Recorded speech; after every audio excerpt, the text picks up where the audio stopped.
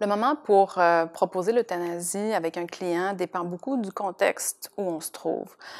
Dans un contexte de fin de vie, c'est souvent une décision qu'on a pu aborder dans le passé, au long de l'évolution de la condition de l'animal. Donc, quand on voit l'animal, souvent on va prendre des informations médicales le concernant, on va l'examiner. Et puis, on va parfois obtenir des tests de diagnostic qui vont nous aider à comprendre vraiment la situation médicale de l'animal. Puis ensuite, c'est important d'aller vers le client, de voir avec lui quelles sont ses attentes et puis quelle est sa perception de la situation de son animal et les attentes pour la suite, pour les soins à donner à l'animal et éventuellement la décision d'interrompre sa vie ou de savoir à quel moment cesser son accompagnement dans la maladie de l'animal. Suite à ça, on essaie d'évaluer les options qui sont possibles avec le client en tenant compte vraiment de ses attentes. Puis parfois, à ce moment-là, la décision va venir assez évidente que l'euthanasie est une option parmi d'autres qui peut être la plus adéquate pour l'animal en question. Dans une situation d'urgence, d'accident, où un animal est présenté de façon très aiguë, où la veille, le client n'avait pas la compréhension que cet animal-là avait une fin de vie qui arrivait rapidement, que ce soit un accident de voiture, que ce soit aussi même parfois des cancers qui se passent inaperçus et qui subitement provoquent des hémorragies internes, l'état de l'animal est critique, on doit procéder de la même façon, mais on a beaucoup moins de temps. Puis le côté émotionnel du client aussi est beaucoup plus difficile à soutenir. Donc, on va encore là examiner le patient, essayer de recueillir le maximum d'informations pour être capable d'informer le client. Puis encore là, on doit lui demander la perception de l'information qu'on lui donne, le questionner sur ses attentes, puis prendre un plan d'action. Mais la différence à ce moment-là, c'est que la décision doit être prise rapidement, puis souvent le client est vraiment dans un état de crise ou de situation émotionnelle vraiment très intense. Donc, on doit aborder l'euthanasie dans un contexte qui est beaucoup moins posé puis qui est plus difficile pour le client. Et il y a l'aspect financier qui rentre en ligne de compte aussi, parce qu'on doit tenir compte de cette réalité-là. Parfois, il y a des frais importants associés aux soins de l'animal, puis on doit informer le client de ces frais-là. Puis ça amène toutes sortes d'aspects aussi plus difficiles au niveau de la relation avec le client à ce moment-là. Puis finalement, un dernier contexte qui est très différent, c'est ce qu'on appelle les euthanasies de convenance, qui peut paraître être un terme vraiment péjoratif, mais ça dépend de ce qu'on entend par le mot convenance. C'est sûr que le client qui va nous demander de procéder à une euthanasie parce qu'il veut plus son animal, parce qu'il a envie d'avoir un animal plus jeune ou qui déménage, puis que ça lui convient moins d'avoir plusieurs animaux par rapport à ce qu'il y avait avant, ça peut nous choquer un peu puis nous interpeller. Puis à ce moment-là, souvent, c'est pas nous qui allons proposer l'euthanasie, mais ça va être une demande du client. Par contre, quand on s'arrête, réfléchir, il y a des situations où vraiment, quand on n'est pas dans le jugement, mais dans la compréhension de la situation du client. L'exemple que je donne souvent aux étudiants, une personne âgée qui est plus autonome, qui a 3 chats obèses, âgés, qui viennent pour nous les porter, qui aimeraient les faire adopter. Puis on sait bien combien il y a d'animaux dans les refuges. C'est très difficile de faire adopter des animaux dans ce contexte-là. Puis la personne peut être démunie puis avoir besoin de notre aide pour le soutenir.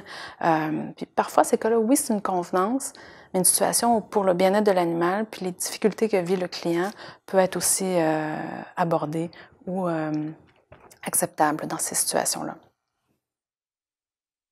Je pense que premièrement, ça dépend beaucoup de toutes les circonstances de chaque individu, donc du cheval lui-même. Est-ce que c'est un jeune cheval? Est-ce que c'est un cheval de 25 ans? Quel est son problème? Est-ce que c'est violent, de la douleur violente? Est-ce que c'est chronique, dégénératif? Donc, on a plusieurs circonstances qui peuvent varier. On a les circonstances du propriétaire. Est-ce que c'est quelqu'un qui a une ferme? Est-ce que c'est quelqu'un qui a un cheval en pension? Donc, toutes les circonstances du cheval en particulier et de son propriétaire sont le premier critère.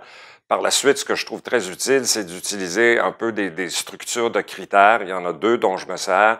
Le premier, celui de l'AEP, qui est l'American Association of Equine Practitioners. C'est l'association la plus importante des vétérinaires équins, qui a établi 5 critères pour légitimiser, si on peut dire, des circonstances selon lesquelles on serait face à l'euthanasie. Et la convention est qu'il faut en rencontrer 3 des 5.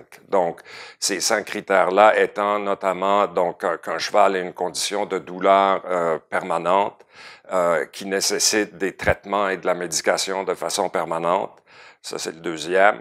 Le troisième serait que le pronostic est sans espoir. Donc, il n'y a aucun espoir de guérison. Si un cheval a eu 5 chirurgies de colique, qui en a besoin d'une sixième, il y a peu de chances que ça fonctionne. Donc, pronostic sans espoir, de devoir être confiné à un box, de ne pas pouvoir survivre comme un cheval normal en liberté et probablement qu'il ne pourrait pas subvenir à ses propres besoins, donc bouger pour aller boire, se nourrir, et finalement être un danger pour les chevaux qui l'entourent ou les gens qui s'occupent du cheval.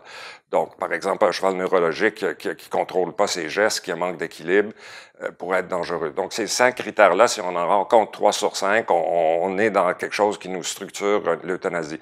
L'autre chose que j'aime beaucoup penser, c'est les 5 libertés de Bradwell, là, qui étudiait le comportement animal en Angleterre et qui a établi 5 critères de liberté.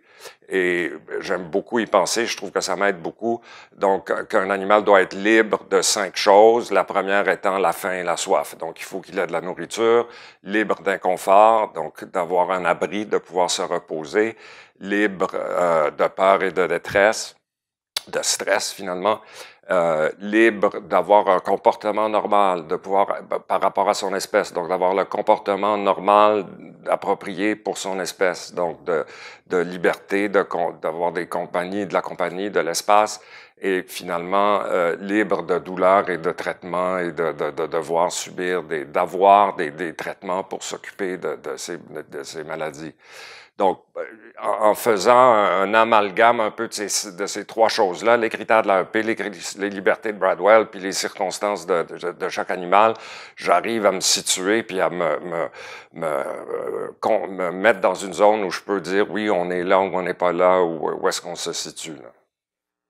Donc, les éléments dans ma pratique qui vont me permettre de déterminer que c'est le bon moment de proposer l'euthanasie à mon client, il y a différentes possibilités.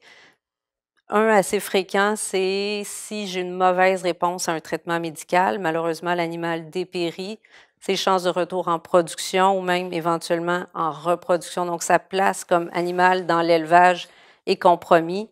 Malheureusement, on les élève pas par plaisir, on les élève pour avoir un certain revenu associé à ça, donc ça peut devenir une raison d'euthanasier. Soit ils peuvent partir à l'abattoir si leurs conditions le permettent, sinon ce sera une euthanasie qui sera faite à la ferme. D'autres contextes parfois qu'on peut avoir, c'est quelque chose qui est relativement nouveau dans notre pratique, mais le revenu associé à la vente des veaux mâles, surtout dans certaines races comme la race Jersey, nous amène à devoir procéder à l'euthanasie à la ferme parce que les clients n'ont pas de porte de sortie pour vendre ces animaux-là. Et donc, c'est quelque chose de relativement nouveau, mais on est là pour les épauler là-dedans pour que ce soit fait adéquatement. En production porcine, de déterminer le bon moment pour euthanasier les animaux, c'est le personnel et le propriétaire qui ont tout ça en charge. Mais il y a quand même un rôle du vétérinaire parce qu'on va former notre personnel lors de nos visites à avoir des décisions qui vont être rapides à prendre. Donc, on voit avec eux autres comment ils doivent faire les observations, comment détecter les animaux malades, comment faire les traitements.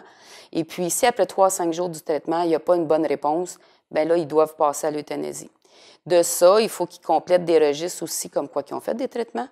Et puis, si l'animal décède pendant le traitement ou encore que si on a euthanasié, ça doit être aussi inscrit dans le registre des mortalités pour voir de quelles raisons ils sont morts.